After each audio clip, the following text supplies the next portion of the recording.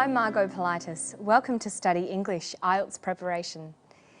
Today we'll practice using hyphens in words and talk about showing contrast using the words despite, although and but.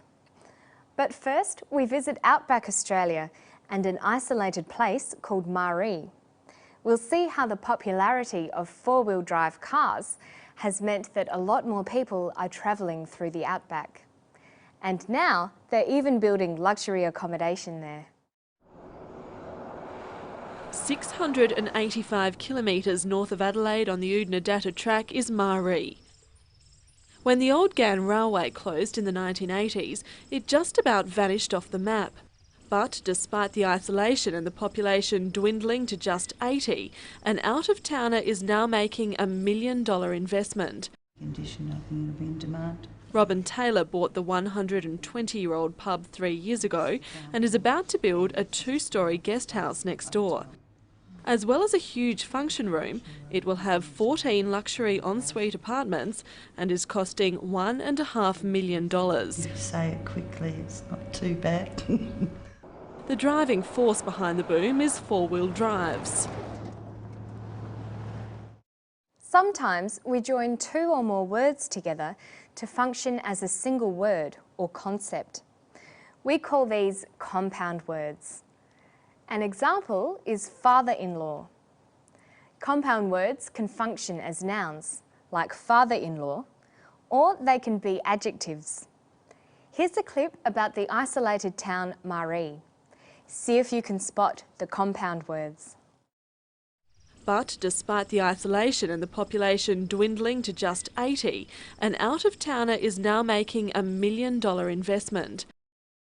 She says out-of-towner and $1 million investment. Here, out-of-towner functions as a noun, a person who is from out of town. When writing compound words, we use hyphens. In the phrase $1 million investment, the compound $1 million functions as an adjective. It means that the investment will cost $1 million. When you write $1 million, the word dollars is a noun. The S is needed to show a plural number. In English, adjectives don't show number, so the S drops from dollar. We just say $1 million investment, not $1 million investment.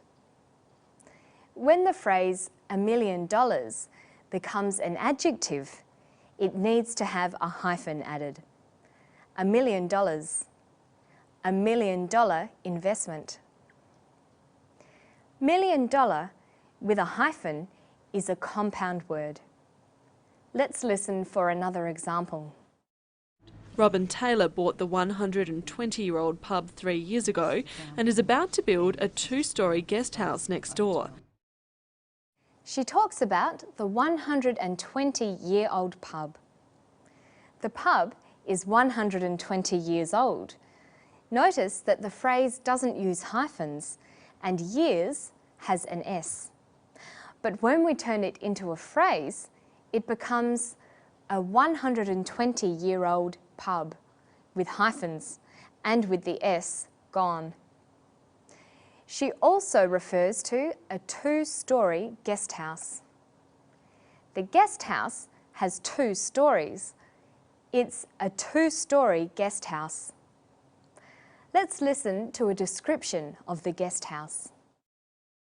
As well as a huge function room, it will have 14 luxury ensuite apartments and is costing $1.5 million. She says the guest house will have 14 luxury ensuite apartments and is costing $1.5 million. We don't use any hyphens with these groups of words because they don't make up a compound concept. Apartments is the noun, and 14, luxury and ensuite are the qualifiers. This is a noun phrase.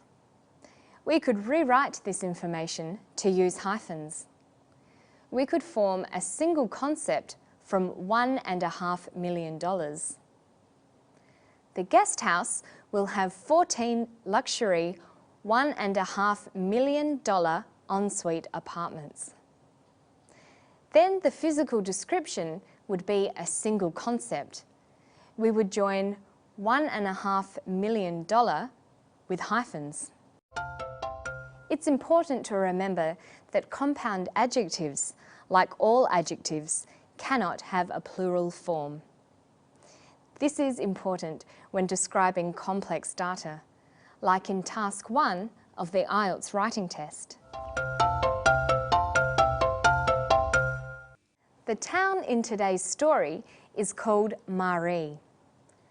Maree is a very isolated town, but something unexpected is happening there.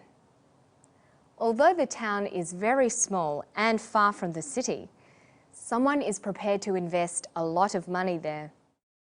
But despite the isolation and the population dwindling to just 80, an out-of-towner is now making $1 million investment. Despite the isolation and the population dwindling to 80, an out-of-towner is making $1 million investment. She uses the preposition despite. She could also have used the word although. Despite and although have the same meaning. They show contrast with unexpected results. Let's try an exercise. Here are two sentences. Margaret's marks were low.